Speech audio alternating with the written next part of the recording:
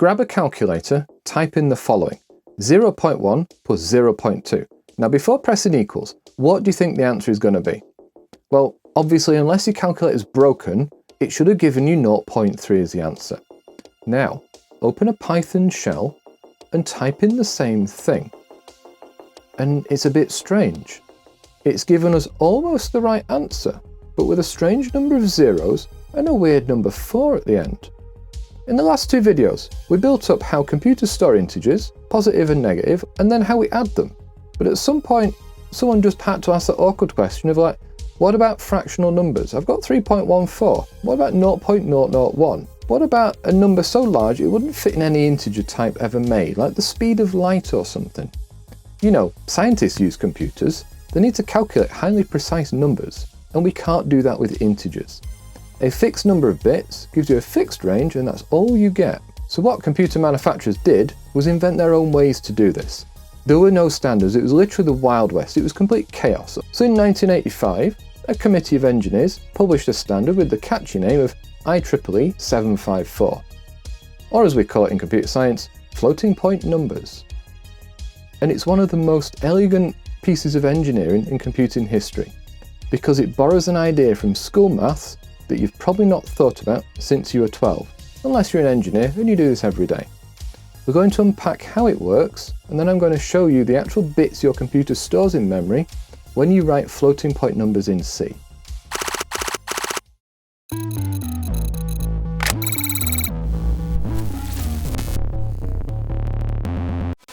If you've been following along in this series, you'll know the pattern by now. We start with something simple and understandable, something that's ultimately a bit flawed, and then we look at how it's really done.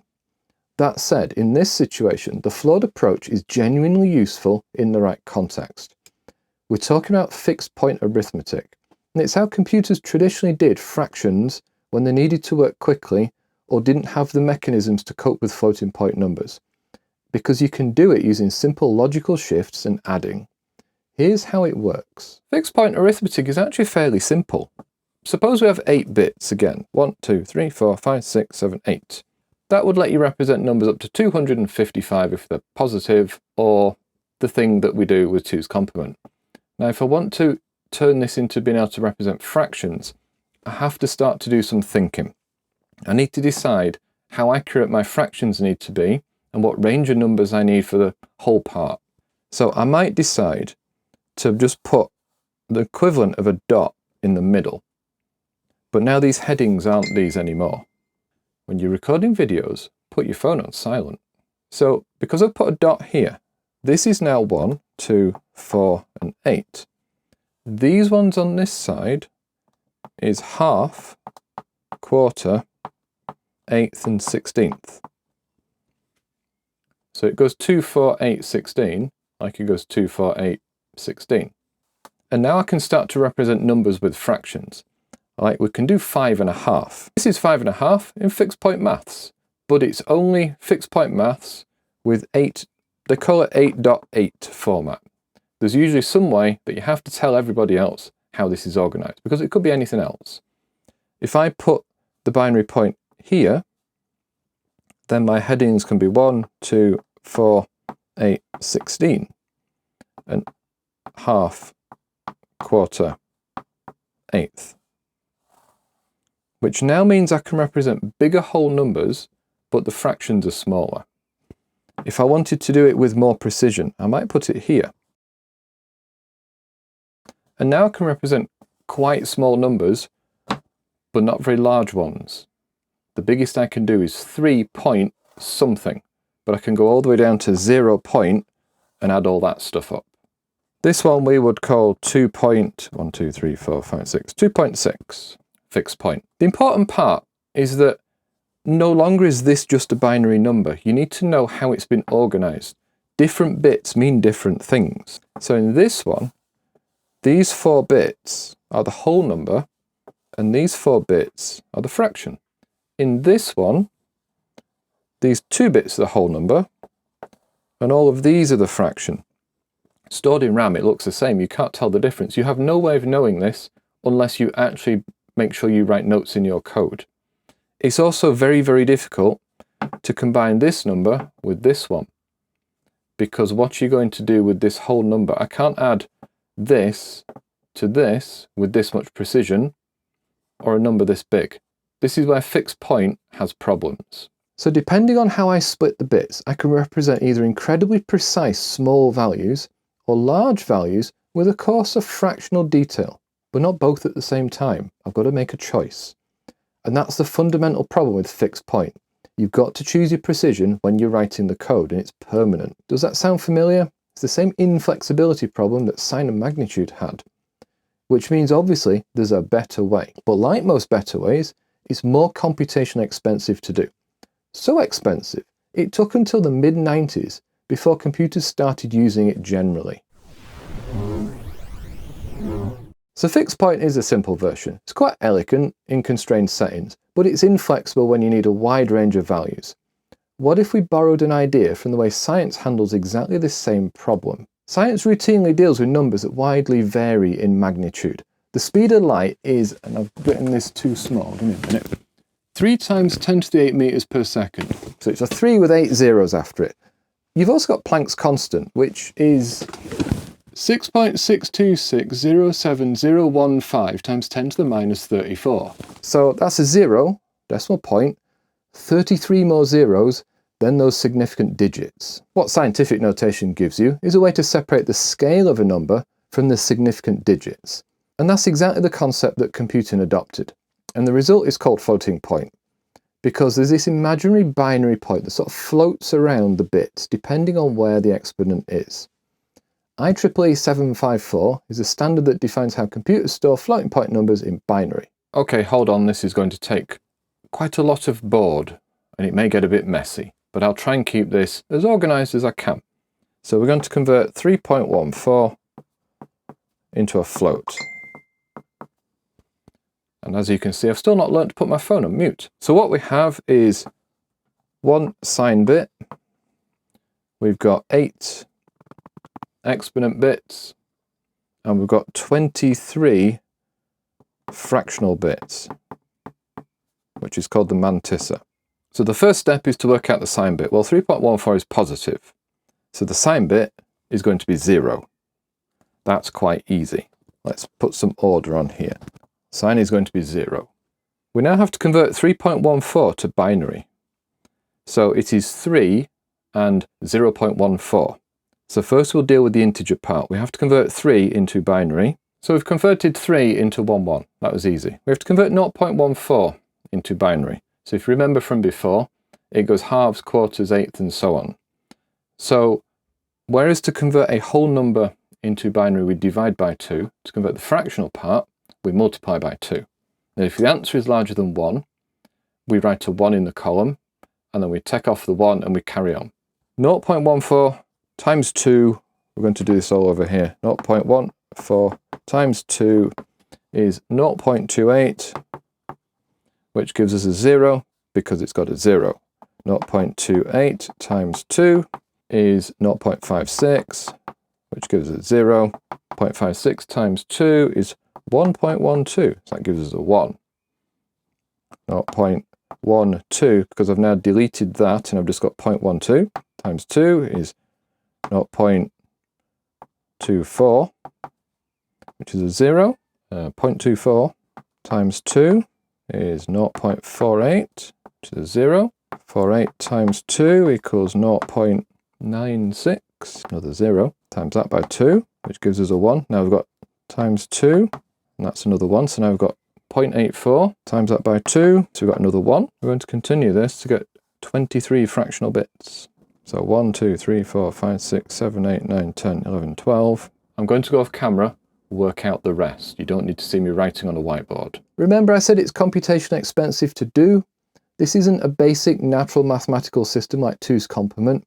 This is people being clever and deliberately engineering a system to work in the constraints that they've got. So through the magic of working it off screen, here's the 23 bits. You have to stop because you can only store 23 fractional bits. Trying to divide 0.14 will continue forever. It's actually a value you can't store accurately. And this is a thing with floating point numbers. They're not 100% accurate. They're just accurate to this many number of bits. So once we've got this, We would now write it out as one long thing, 101. So this is the number.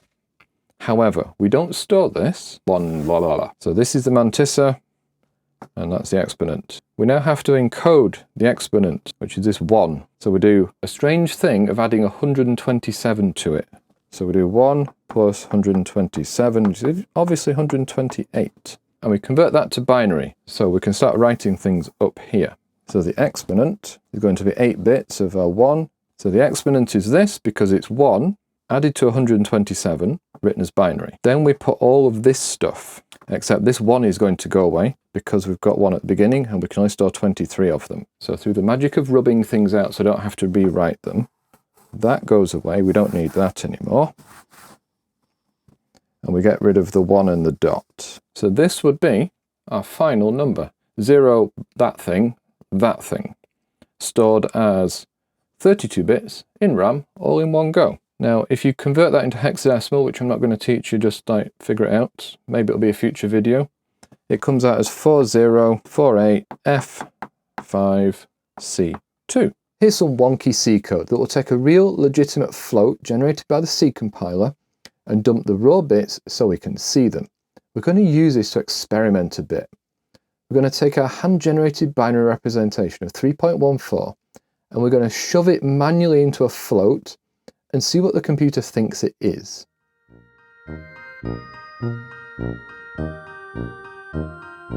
So if I compile and run this, I've got 3.141 as a float.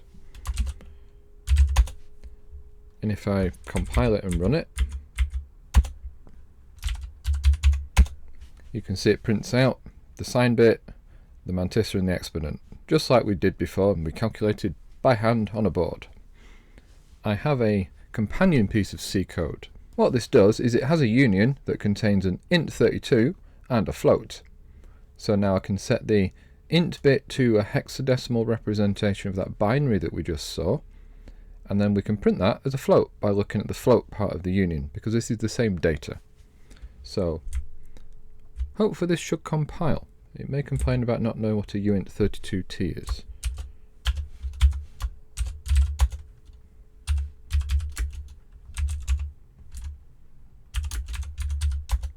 Yeah. Okay, that was embarrassingly bad, considering I've been programming C for quite a long time. You know what we need to do? This is what happens when you write too much Python. We need to write void main, one of those, a bit of this, and then we indent all this stuff with the complete wrong tab spacing because Vim is just not cooperating correctly. And now that should work. Oh look, it works. There we are, 3.14 and some zeros. So yeah, mental note to myself, when writing C, actually write C code. Don't just look at that and think, it looks like code and maybe it's Python. Let's do some more experiments. Now, mathematically, you can't divide by 0. It doesn't make sense. If I've got one clicker and I divide it by 2, I cut it in half and you get half each. If I have one clicker and I divide it by 0, that doesn't make any sense. So if you ask a computer to do that, the program just crashes. However, IEEE754 has specific ways to handle things like that. It can represent infinity and things like you've not got a number and other weird edge cases. I know I could have just done 1 divided by 0, but we'll do it like this, whatever. You'll notice it compiles. You'll notice it runs. It doesn't crash, doesn't bail out, doesn't do segmentation fault.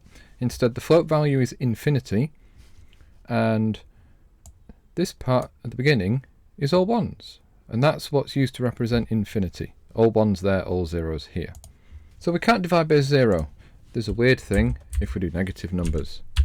So -1 divided by 0 gives negative infinity. Let's try another thing. So clearly dividing a number by 0 gives you infinity. What if I divide nothing by nothing? That gives not a number. And in fact it gives negative, not a number. So you can see there's these edge cases that it understands and it just works around. So you have to check for these happening in your code. the program won't just fail and give you an exception. It just kind of carries on with this weird number. The point is, it's designed to let calculations continue. It shouldn't stop. It's up to you to then check if the values make any sense. If you played with Excel and you've accidentally got your formulas wrong, it just writes NaN in the box. Excel doesn't crash. That's kind of what you need. Which, if you remember the previous video, could have quite explosive effects if you don't handle it correctly. The very cool part of this is not how scientific notation was borrowed to represent fractions in a computer. It's the fact that everyone agreed to do this. You got everybody to sort of agree on a standard, which is rare in the computing world. They all want to do their own little weird things. It's also that the hardware does this. Until sometime in the 90s, computers had to do floating point calculations using code. So yes, you've probably got your BBC Micro, and it can do floating point calculations. But it's doing them the hard way with its own CPU. Or you had a highly expensive computer with its own floating point hardware doing it. It wasn't until we got like the 486DX and so on that we had a floating point unit in the CPU that everybody could actually have. And it's doing it using actual logic, or possibly microcode, but we're not going down that rabbit hole today. We've covered integers and decimals, but what about text? How does your computer store the letter A? That's a whole nother rabbit hole, and it involves a standard that accidentally broke the internet. Hit subscribe to find out what happens when different languages interact online, and computers going from being offline systems to globally connected communication devices. It's worse than early 90s IRC, or your favourite subreddit where everyone argues with each other.